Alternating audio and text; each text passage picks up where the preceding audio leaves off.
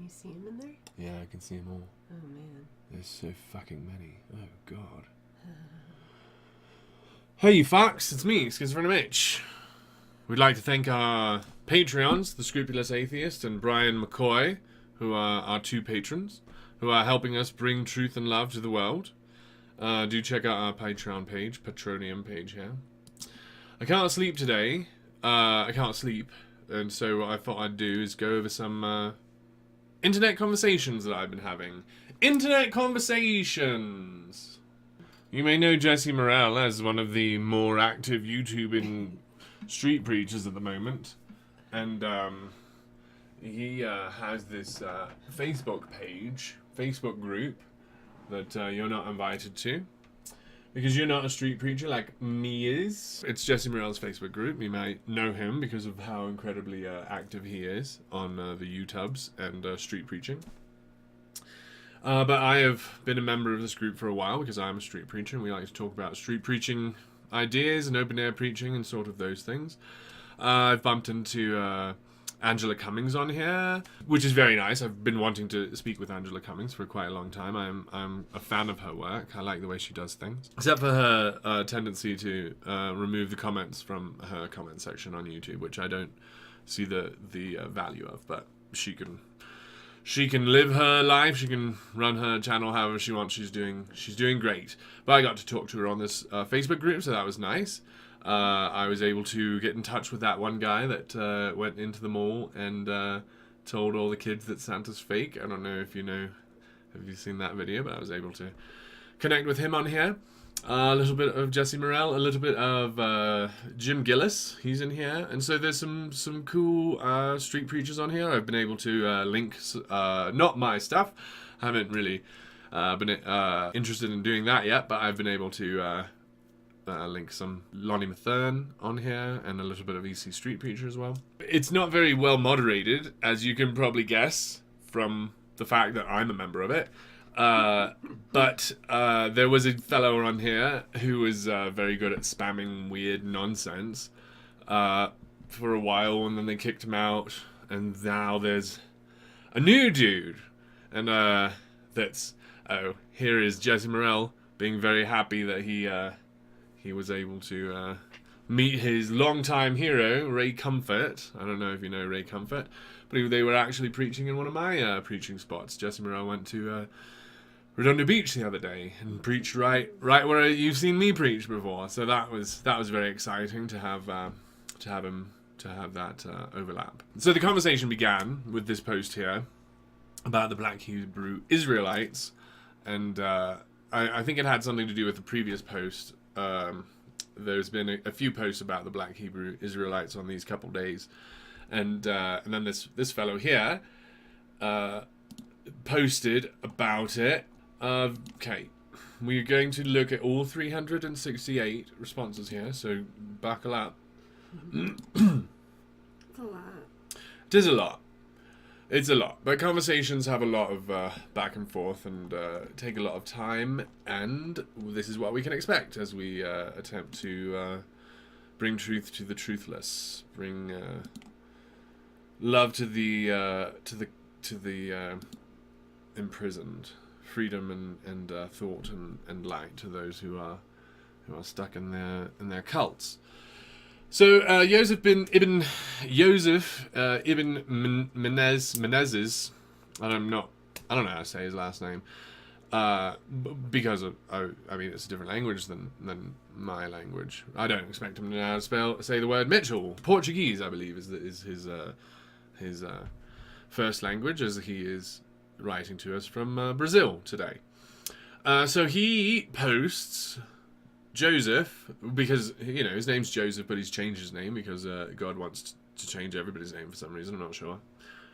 But he posted that the Black Hebrew Israelites do have a point, and because I believe he is a Black Hebrew Israelite, as we will see. Although he's not, I don't think he's black. No, I don't think that matters. I think the Black Hebrew Israelites claim that the 12 tribes include the Hispanic peoples and Native Americans, although I don't know how they get to the Native Americans, but Mormons did it too. believe that Native Americans are the lost tribe of Judah, or Jews, or Hebrews rather, because Jews only really started after Judah, which was son of Joseph. So it's improper to call anyone before him a Jew, as they weren't. They were Hebrews, or Israelites. You can call them both. Interesting. Hebrew and Israelites. And then they became Jews. But only the tribe of Judah is technically Jews, which is weird, but all of the like now Hebrews and Jews are kind of the same thing. Yeah, it's I mean it's nonsense, but it all comes from mythology. It's like the English people calling themselves hobbits. It's the thing. Because the 12 tribes of Israel the 12 tribes of Israel are not false. They're not fake or mythology. The founders of the 12 tribes are. So that's sort of how it goes. There was a time when that area was divided into like 12 tribes and kingdoms, and then they united under, I think, Saul, and some of them, and then there was others, and so there's all these tribes of Gad and Asher. Is that right? Is Reuben and all those fuckers. The 12 tribes, and so then they created their mythology that they were each descended from one of the sons of Israel.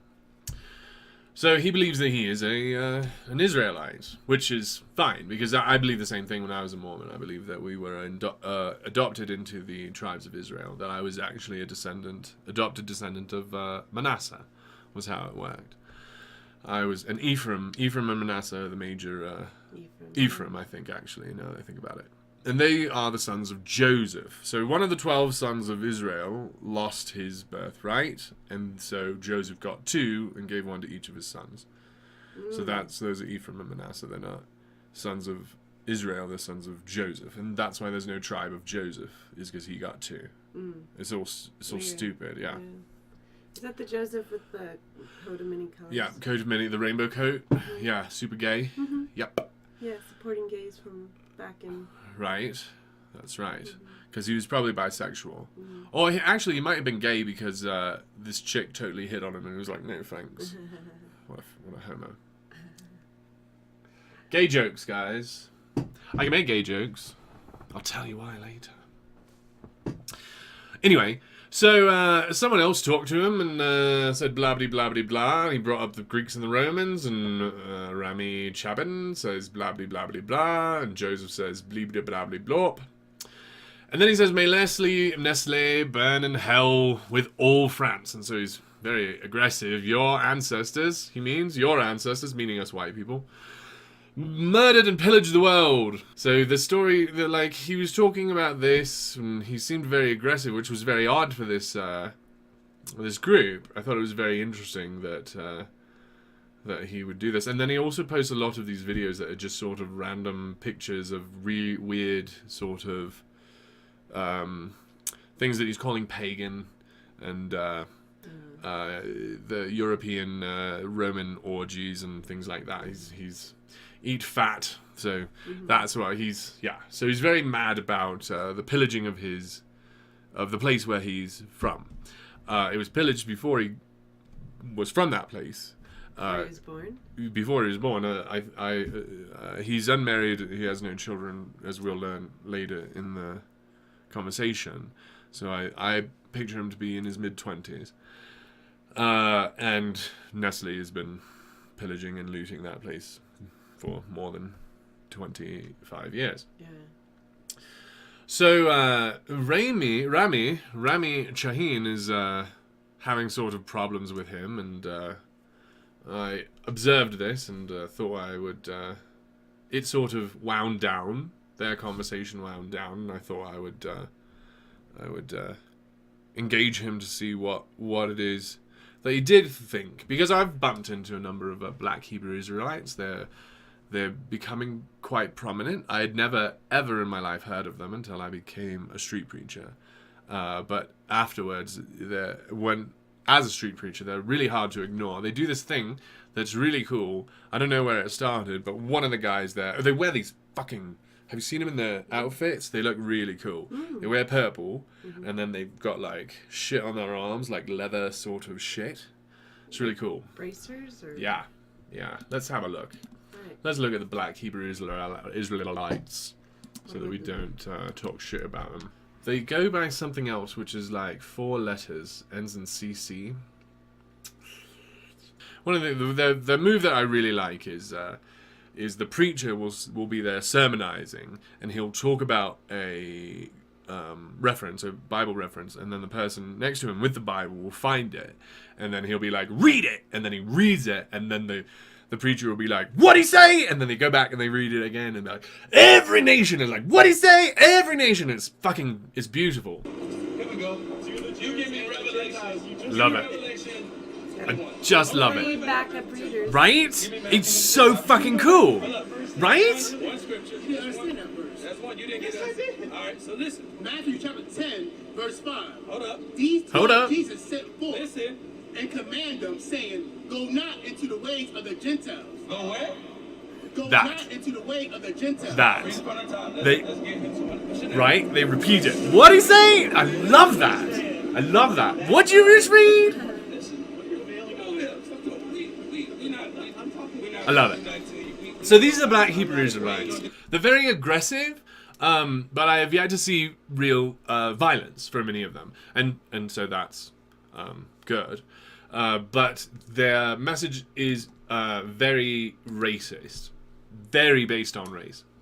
The distinction between the Israelites and the Gentiles is a very important distinction for them. And the erasing of that distinction by Jesus Christ is something that they are not very at all interested in. Whereas a lot of New Testament, Believers, followers. believe that the promise was opened up after Jesus' death. There's a very important sort of Paul went to the Gentiles, and then the message was for everybody, and that Jesus' Jesus' sacrifice was universal, and they don't believe that. And they can believe whatever they want. They can make it all up. Because, that's what Joe did. Joseph Smith, that's what he done, is he just sort of made up the rest of the story, called the fucking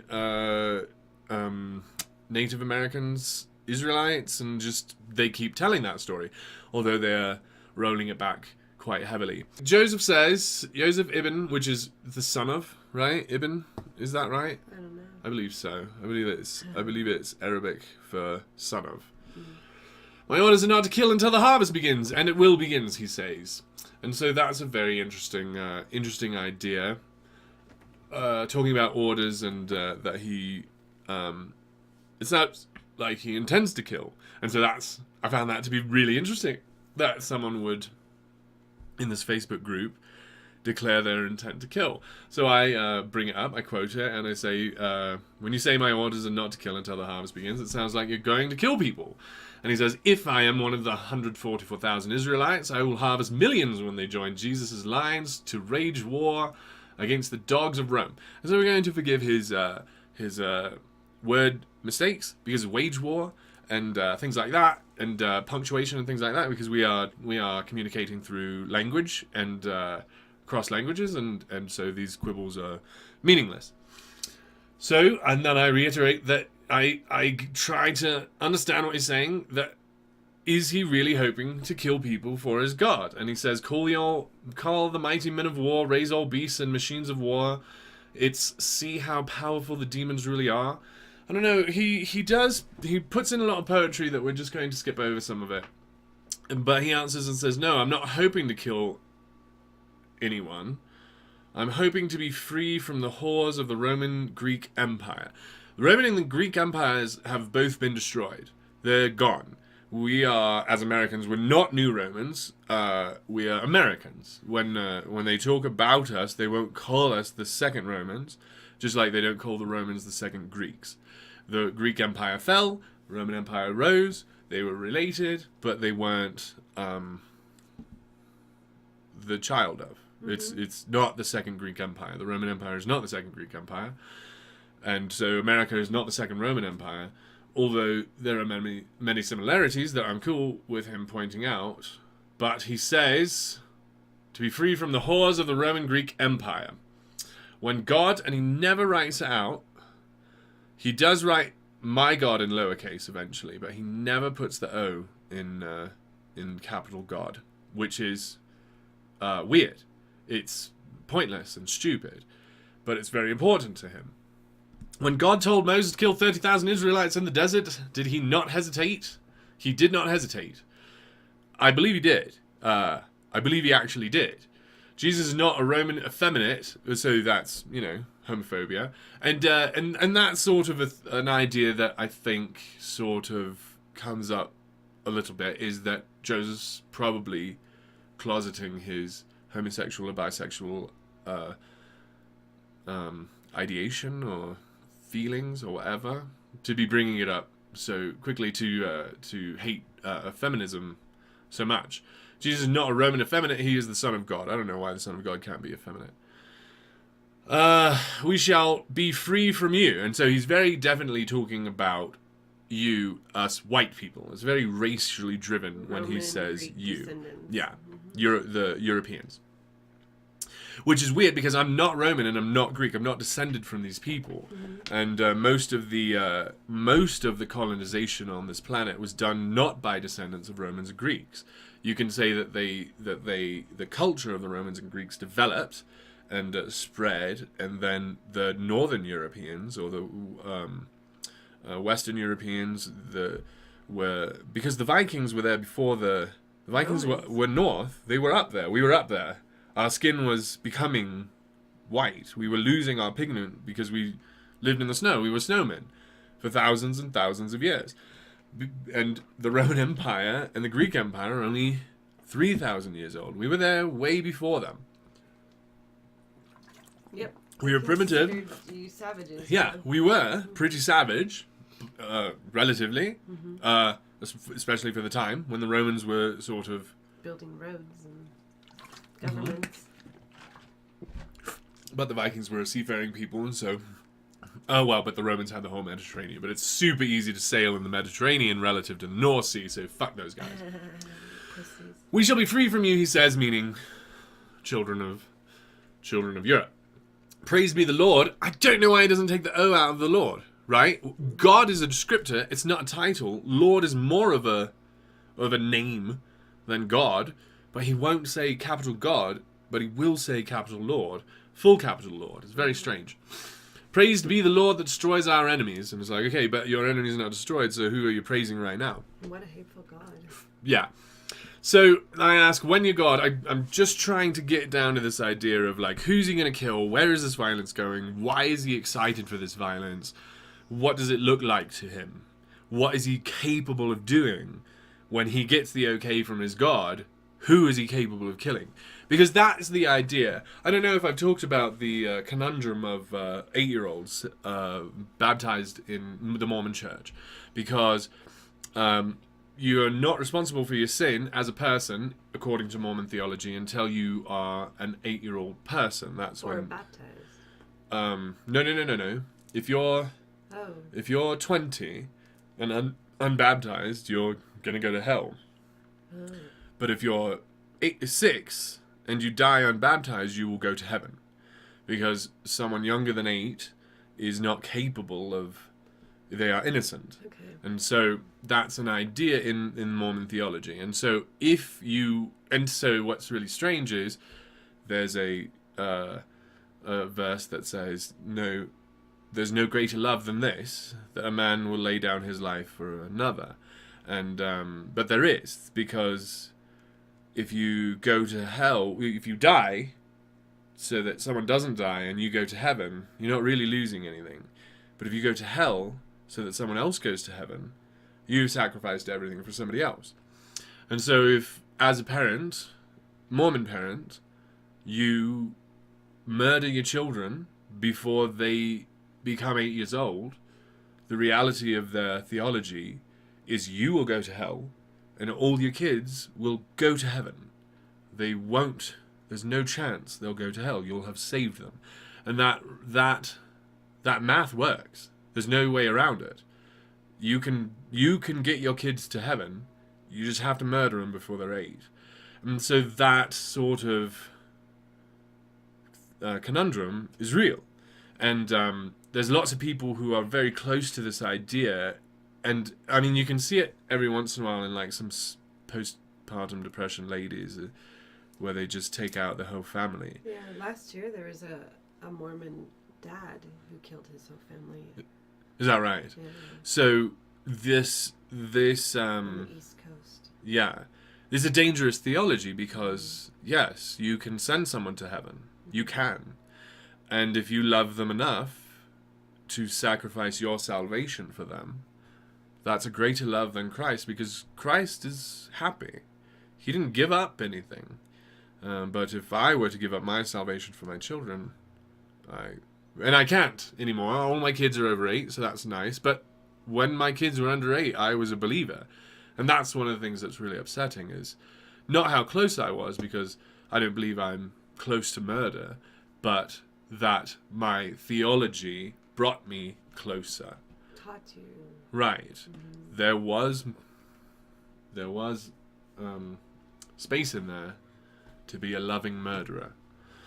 And that's what Joseph is purporting to be. A person who will love when he's murdering, who will be obeying God and giving love to the planet with murder. And I want these to come out, because confession is when you confess that, oh shit, if I kill my kids, they'll go to heaven. That's some fucking weight on your goddamn shelf. That's some serious shit to be like, that doesn't sound right. What do I do about this?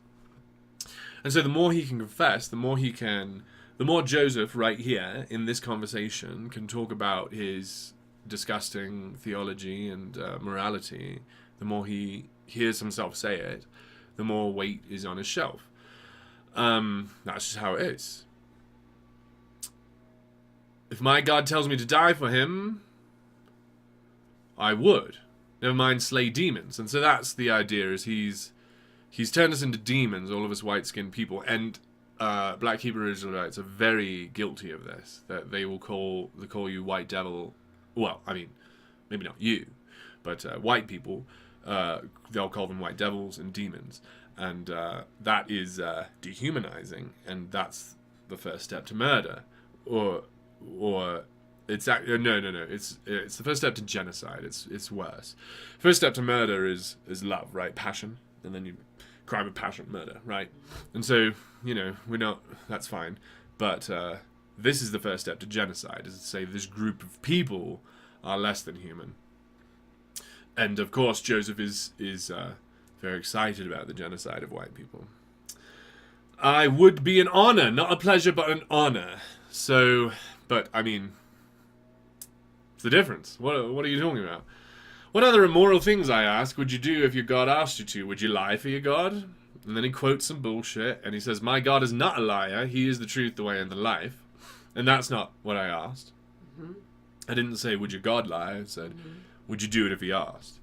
So he misses the point, and I sort of go back to something he was saying. Are you saying you would kill babies if your God asked you to? And he says Abraham would kill his own son, and God allowed his son to be killed. Why not the devil's babies? Because they're not the devil's babies. That's why not. Because the devil doesn't have babies. And the reason I give is because murder is immoral, and that's why not.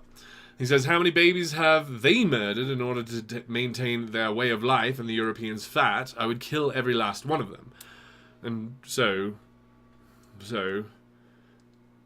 right, killing demons is not murder, it's housekeeping. Yeah, really obscene. It's some of the most disgusting words that you can write. And he did.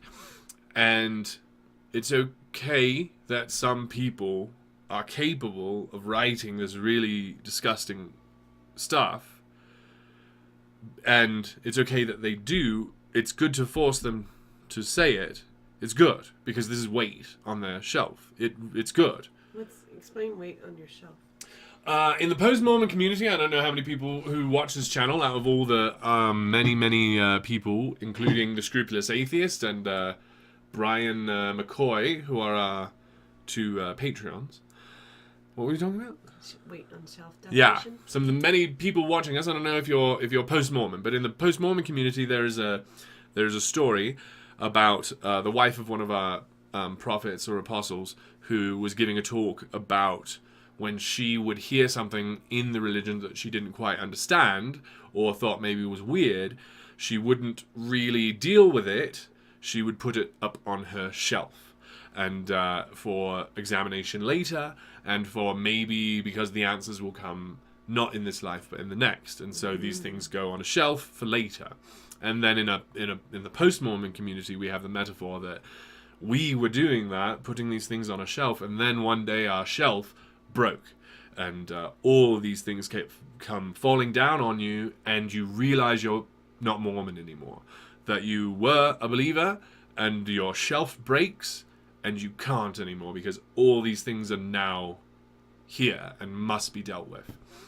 And so that's the metaphor we use. It comes from that idea, and I find it to be very descriptive, very important for these an idea to think about these believers, these myth believers, because myths can be when myths are scrutinized, you will find the flaws, and if you're taking all those flaws and putting them on a shelf, you can only double down as long as it takes for your shelf to break. So there's this backfire effect where if you talk to someone, it cements them into their beliefs. But if you challenge someone's beliefs, there's a very high possibility that they will double down on those beliefs. But you can only stay in their religion longer. Right. But you can only double down for as long as you have capital. If you go to Vegas and you just keep doubling down, even when you're losing, you'll run out of money and you won't be able to double down again. And so that's one of the ways out. One of the ways out is to slowly communicate and take it calmly, take their faith to realize their faith, slowly scrutinize it, patiently. Research, understand it. Right. And that's one way out, but that's not the only way out. Because that's not what happened to me. Nobody did that to me. I just doubled down until I didn't have I couldn't afford another double down. And that's how I got out. I didn't get out this way. I got out this way. And so that's a way out. And I got no problem with that. So I ask him, he says killing demons is not murder, it's housekeeping. And so I ask him, how do you tell if the baby that you're killing is a demonic baby or a human baby? And I'm not sure he answers that right away. Oh, he says, I can't tell down here. Wheat and tares are similar. That is why I must wait for the harvest. Which is a metaphor used in the Bible that's really disgusting. Justice is justice. They shall receive according to that which they have done. And I ask in response to that, what have babies done to deserve to be murdered? And he says, not the babies, their fathers, which is incredibly unjust, like embarrassingly barbaric. And he says, I can't tell, that's why I'm going to wait until Jesus lets me. And I say, so you're going to kill babies because of what their fathers did, just to be clear how unjust this is. And he says, I would kill their babies and rape their women after having my children killed and my women raped, or they should be judged in a different way, maybe a more mellow way. It wouldn't be just, he says. And so here is a math problem that we have as humans, because when we're talking about us and God, we're talking about the difference between finite and infinite. And so math sometimes gets fucked up, because when you're fucking around with finite or infinite ideas, our math doesn't really work sometimes. And when you're multiplying by zero, sometimes our math doesn't work. And when you divide by zero, our math definitely doesn't work. And so this idea of one murder deserves eternal punishment is bad math, because nothing you can do as a finite being deserves an infinite punishment, because you are finite. You can't deserve infinite punishment. You can't, because of your actions are finite. So, but he is saying that one crime deserves infinite punishment for that crime. So if you were to rape his women, or one of his women, all of your women will be raped forever. That's his justice, and it's obscene. I would kill their babies and rape their women after having my children and my women raped, or they should, same measures, friends, means same measure.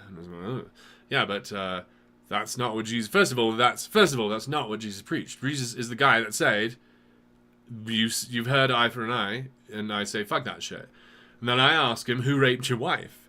And he says, "Victoria's Secret raped his wife," and that's very interesting.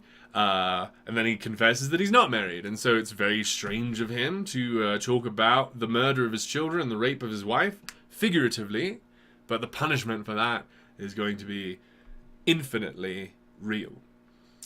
So your wife was not raped, I say, but you're going to rape for your God. How many babies... And then he brings the scale up 1 trillion times, which is very strange. I say, you confuse me. When do you expect this to happen? Because this is another thing that's very, very important.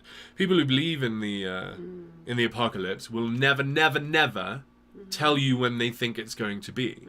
Because of the verse that says no man knows, and because of when you put it down on paper, and that day shows up, you know you're wrong. And so get them to say it, even if it's 1,000 years, even if it's 2,000 years. Get them to say, if he does not come back in 2,000 years, I will be wrong. Because they have to. They've got to say, if they're saying soon, they have to tell you what soon means. Because Jesus said soon, it's been 2,000 years, and that's not soon.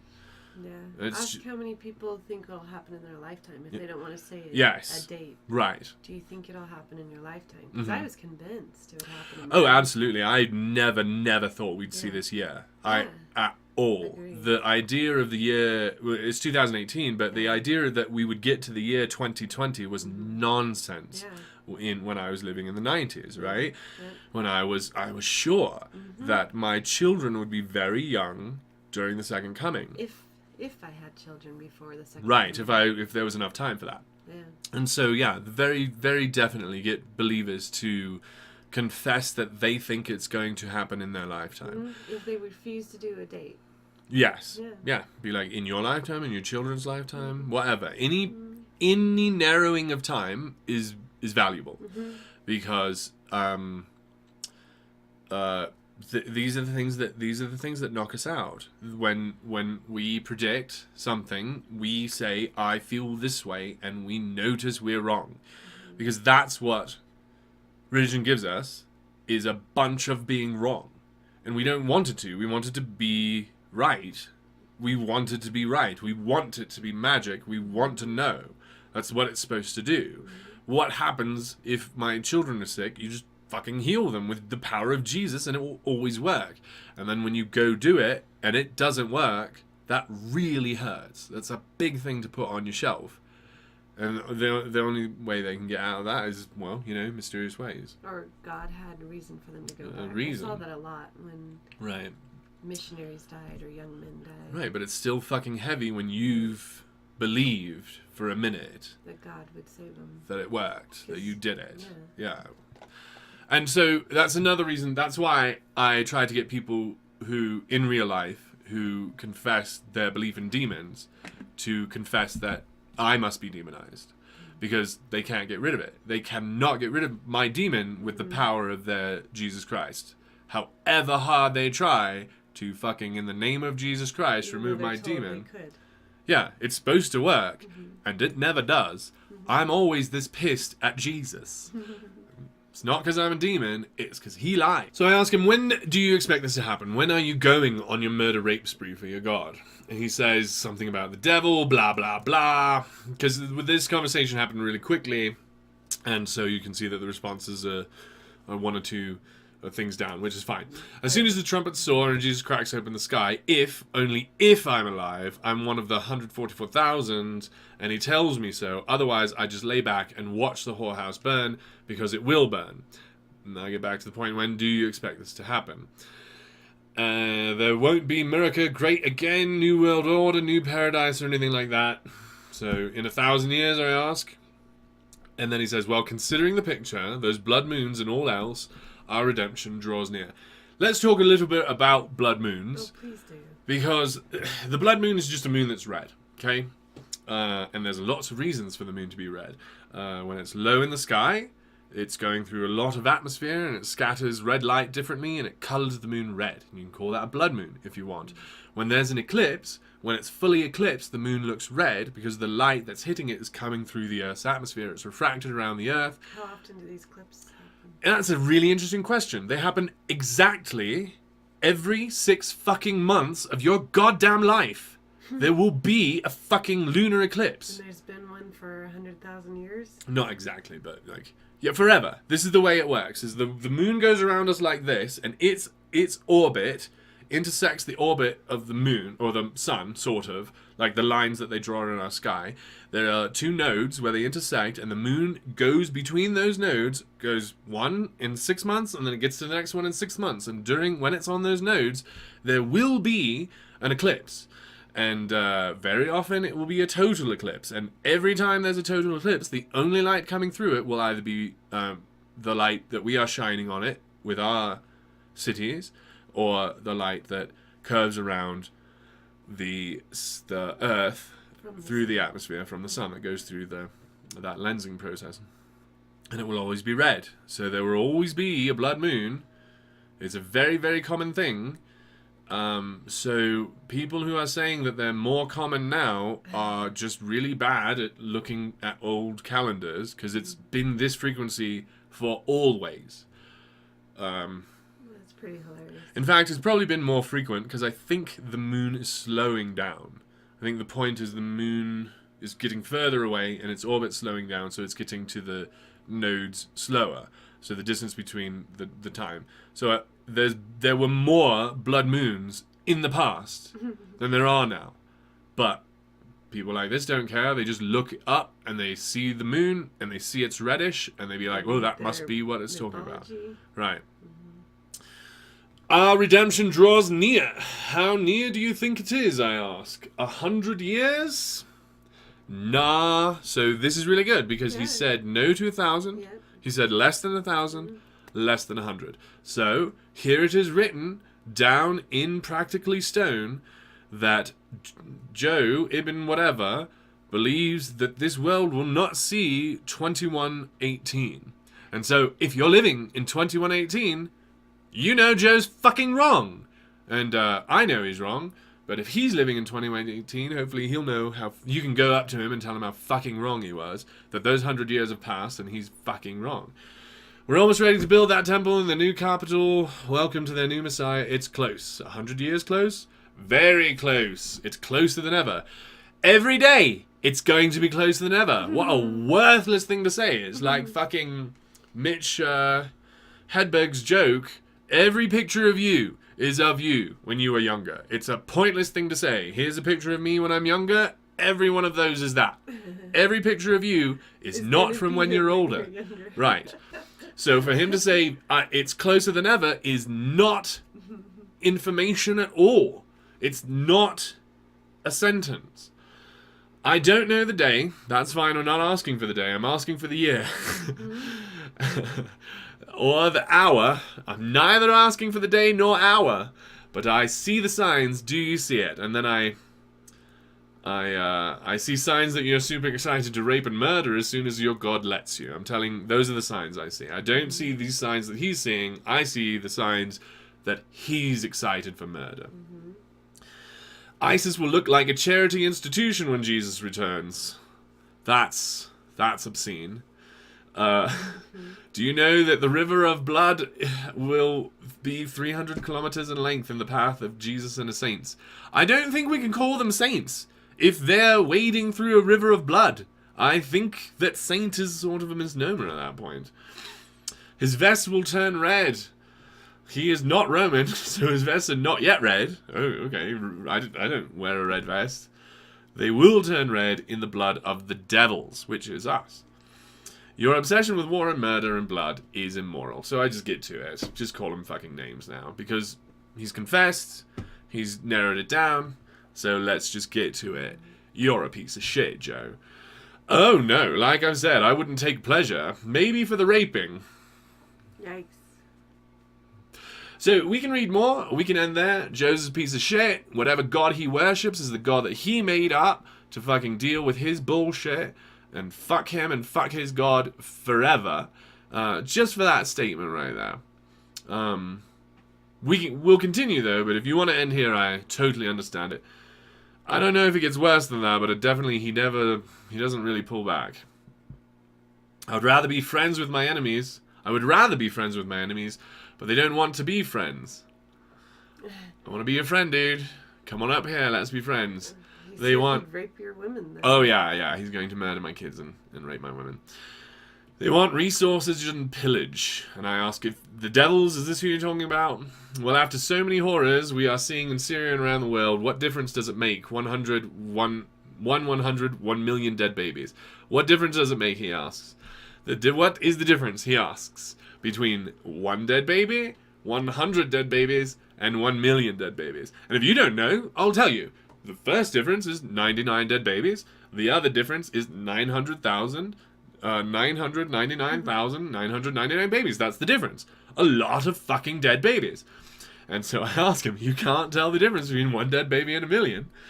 You see, not all of us are from God. Some are called tares. They are the sons of the devil, the old serpent. No, we are all children of the Creator. He created us all. The one true God created all of the beings that exist. Just like he created all the animals and the plants, supposedly. The devil created no one. The light. No one is truly a son of the devil. Yeah. In his God metaphor, you're the devil as well. Don't forget. Oh, I do get to that. He confesses that a couple times in this. Interesting. Yeah, so, very interesting. Then he's killing God's grandchildren in his mind. It's still God's creations. God hates his grandchildren if they're from his wrong son. God hates one of his sons. Well, hates him unto death. If he can say that there's certain righteous people, like the tribes, right? Those are the God's people. Yep.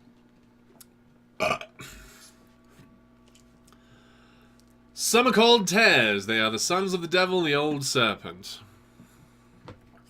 And just to reiterate, I say, and you're going to kill and rape the tares. If there was 1 dead baby in Syria, I would never say these things. So